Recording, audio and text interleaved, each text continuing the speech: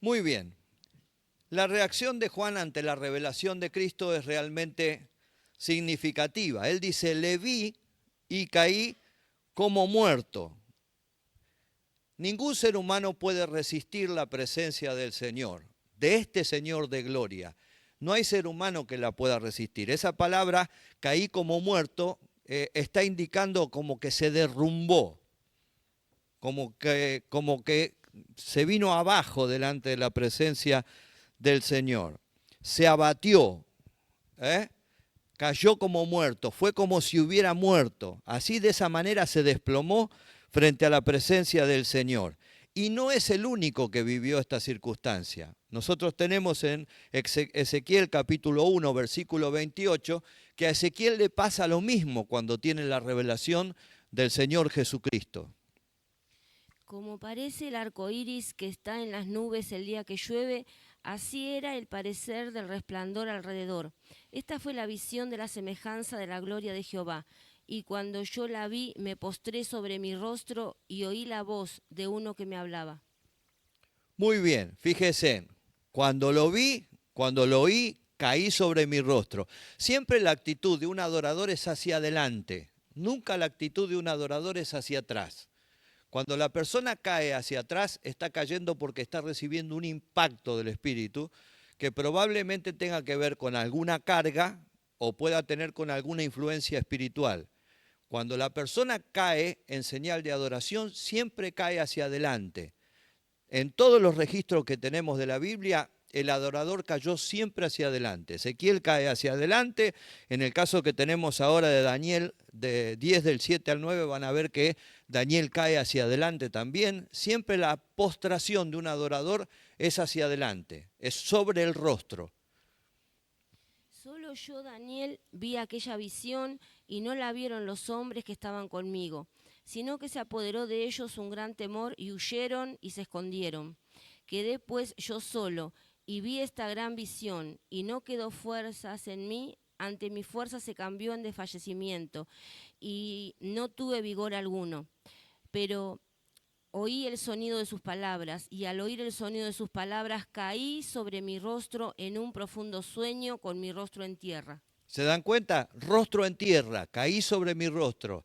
Ezequiel tiene la misma experiencia y Juan tiene la misma experiencia. El adorador nunca cae hacia atrás. El adorador siempre se desploma hacia adelante, a los pies del Señor, en señal de reverencia, en señal de admiración, en señal de respeto por la majestuosidad del Señor, por la gloria del Señor, ¿no? Fíjense que dice ahí, me habló, puso su diestra sobre mí, su mano derecha. Esto indica que el Señor lo está consolando, lo está fortaleciendo. Es un toque compasivo del Señor para animarlo, para levantarlo, porque sabe el Señor qué es lo que necesita para poder seguir recibiendo todo lo que le tiene que dar. Y además, en el caso de Juan, ese toque del Señor era muy familiar, porque Juan era el discípulo que más cerca estaba del Señor, era el discípulo que se recostaba sobre el pecho del Señor, así que conocía bien la manera en la que el Señor tocaba a las personas, la manera en la que el Señor tocaba al necesitado. Lo había vivido, lo había palpado, por eso él dice, la mano del Señor me tocó. Esto le es muy familiar a él, ese toque del Señor le es muy familiar. Y nos da allí 7 razones para no temer, para no atemorizarse y huir. La palabra fobeo que usa ahí en el original es lo que está indicando esto. Primero, estaba ante la misma presencia del Señor de la gloria. Yo siempre le digo a los hermanos que no es bueno esconderse de la presencia del Señor. La actitud del hombre, y cuando hablo de hombre hablo genérico, de esconderse de la presencia del Señor, lo llevó a ser expulsado del huerto del Edén. Nosotros tenemos que aprender a permanecer en la presencia del Señor, aunque el Señor tenga cosas para reprocharnos, que de hecho siempre puede haber algo, y lo hay en nosotros, que el Señor pueda señalar, pero no importa. Es preferible que el Señor me tire la oreja acá y me encamine y no que yo me esconda y entonces no tenga posibilidad de rectificación, no tenga posibilidad de arrepentimiento. Siempre, siempre hay que darle el rostro al Señor y nunca la espalda. ¿Sí? A veces veo personas que se escapan de la presencia del Señor porque supuestamente hay algo que anda mal y no se dan cuenta que agravan la situación. ¿No? No. Como cuando un chico se equivoca, tiene que ir al padre y aceptar el reto del padre si se equivocó. Así nosotros tenemos que ir siempre al Señor a cara descubierta y sin ninguna cosa que esconder, porque Él nos conoce. Además dijo David, ¿a dónde huiré de tu presencia? Si yo me voy al cielo, estás tú. No hay manera de huir de la presencia del Señor, así que no es inteligente. Así que no hay razón para huir. Estoy en la presencia del Señor y ahí me tengo que quedar, porque sin duda es el mejor lugar. Lo segundo que dice que, la segunda razón es que Él es el primero y el último, Él es el Rey de la eternidad.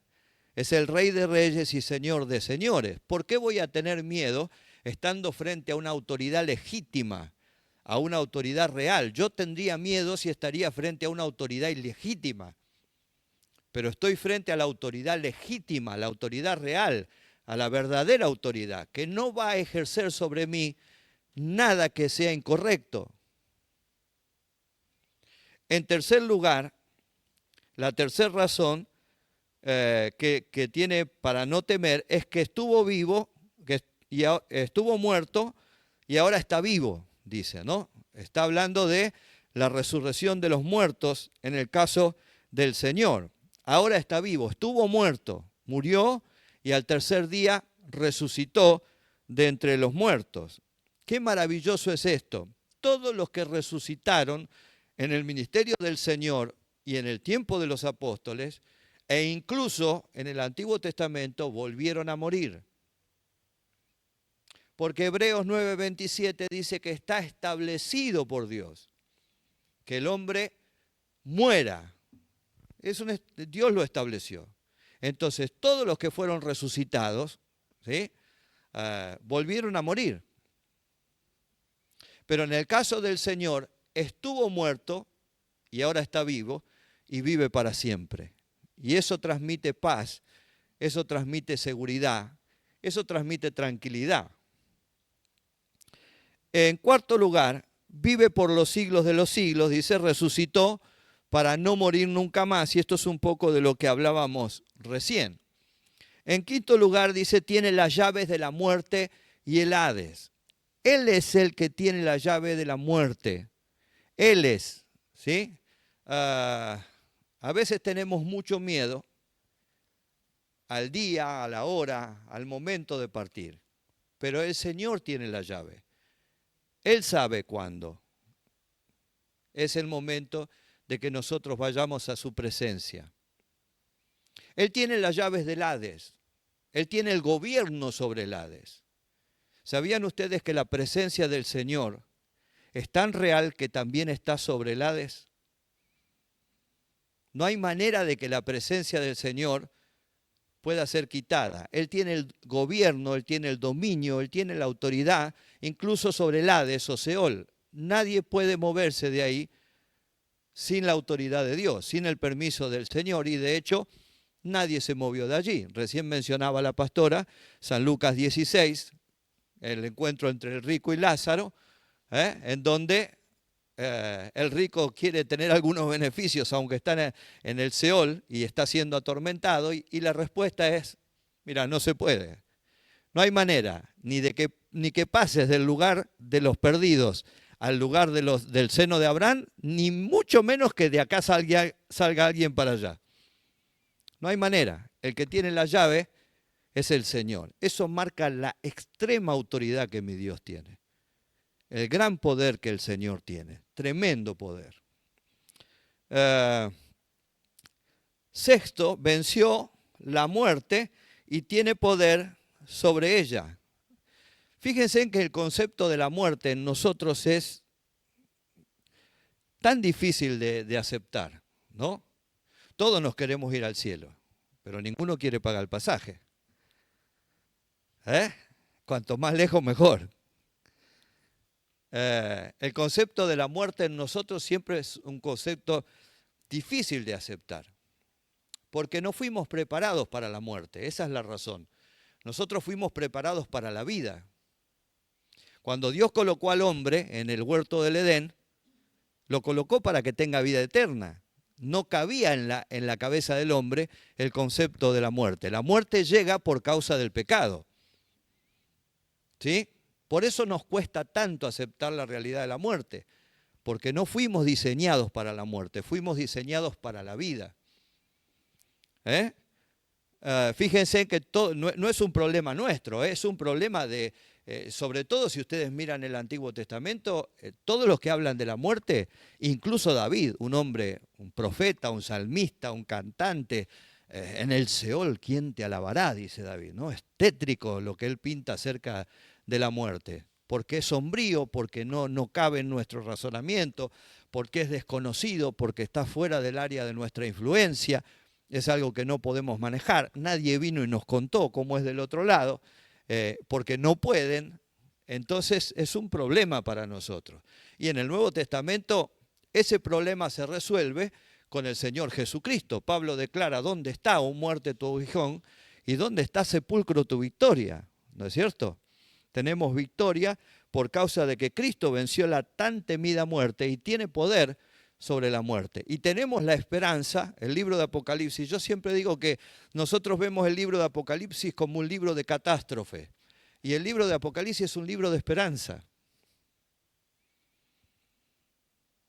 Si nosotros analizáramos, ¿sí? Hoy se lo decía a un pastor muy joven, si nosotros analizáramos que en el libro de Apocalipsis tenemos más capítulos que hablan sobre Cristo y sobre la esperanza de gloria, que de los que hablan sobre las catástrofes que hay sobre la tierra, leeríamos más seguido el libro de Apocalipsis. Pero a veces nos concentramos más en las catástrofes que en toda la esperanza de gloria que tenemos. Ese es un defecto que tenemos como seres humanos. Siempre estamos mirando el vaso medio vacío en vez de verlo medio lleno. El Apocalipsis es un libro de esperanza. La muerte finalmente va a ser vencida, va a ser derrotada. El infierno no va a ser temido para nosotros porque no vamos a estar allí. La enfermedad, el dolor se va a terminar. Evidentemente hay un gran mensaje de esperanza en el Apocalipsis. Y por último, el diablo no es el señor del infierno o del Hades. A veces escucho a los hermanos hacer más énfasis en el diablo que en el Señor. Mensajes que giran más en la obra del enemigo que en la obra del Señor. Nosotros estamos para proclamar a Cristo. Por eso la razón del primer estudio que hicimos antes de la pandemia fue mostrar al Cristo de los evangelios. Ahora estamos mostrando al Cristo del Apocalipsis. Yo quiero que la iglesia se centre en Cristo, que no hablen del diablo. No es que le tengamos miedo, no ignoramos sus maquinaciones, pero ¿para qué le vamos a estar haciendo propaganda? Si él hace propaganda todos los días, prenda la televisión. La televisión es propaganda del diablo, todo el día, que mataron a uno acá, que robaron al otro allá, que la droga entró por acá, que no la pueden controlar. Entonces a veces nosotros le hacemos promoción desde los púlpitos. No, nosotros tenemos que hablar de Cristo y de nuestra esperanza de gloria. A veces veo que se abren reuniones atando espíritu. ¿Y para qué? ¿Para qué? Si nuestra misión no es venir a atar ningún espíritu, nuestra misión es venir a darle la gloria a Cristo. Si el enemigo viene, bueno, para él habrá también una respuesta. Pero nosotros tenemos que centrar nuestra vida y nuestro corazón en Cristo. Nuestro mensaje, el mensaje de la iglesia tiene que volver a ser cristocéntrico. A veces me preguntan, pastor, pero ¿por qué la iglesia primitiva tenía tanto éxito y nosotros no? Revisen el mensaje. Revisen el mensaje de la iglesia primitiva. ¿De quién hablaba Pedro? De Cristo. ¿De quién hablaba Pablo? De Cristo. ¿De quién predicó Esteban? De Cristo.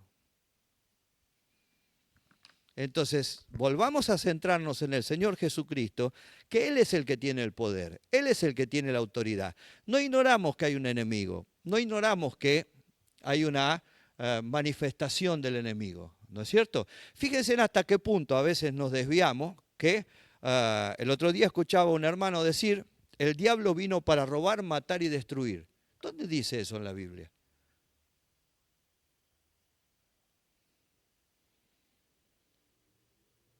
En ninguna parte de la Biblia está ese versículo.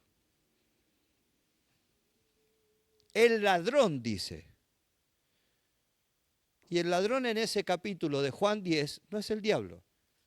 El ladrón en ese capítulo de Juan 10 es un mal obrero, es un mal pastor, es un mal líder. No es el diablo. Analícelo.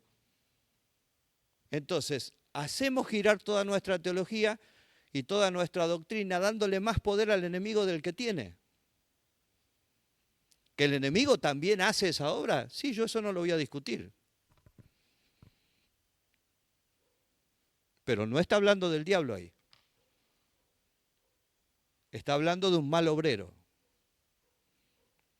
Habla del asalariado, habla del salteador y habla del ladrón.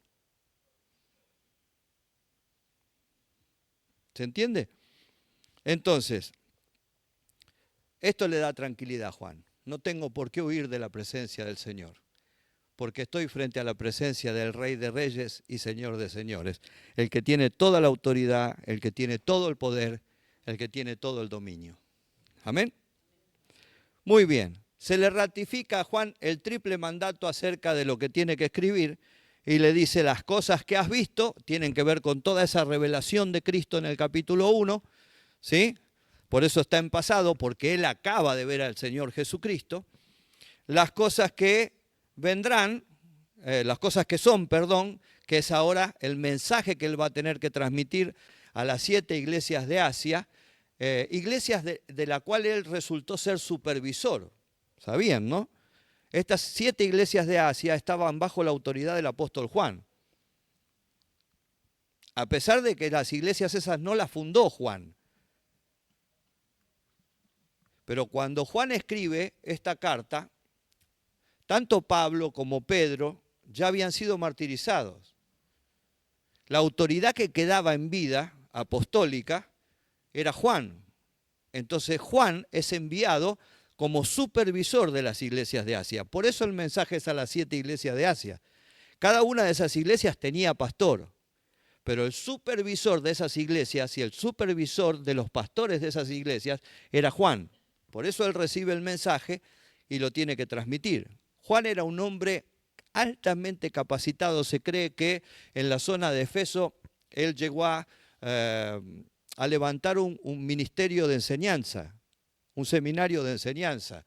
Un hombre muy conocedor de la palabra del Señor, un hombre muy preparado en las cosas del Señor. Por eso él estaba supervisando las iglesias. Y luego dice las cosas que serán después de esta. ¿Después de esta qué? Está hablando después del mensaje a las 7 iglesias.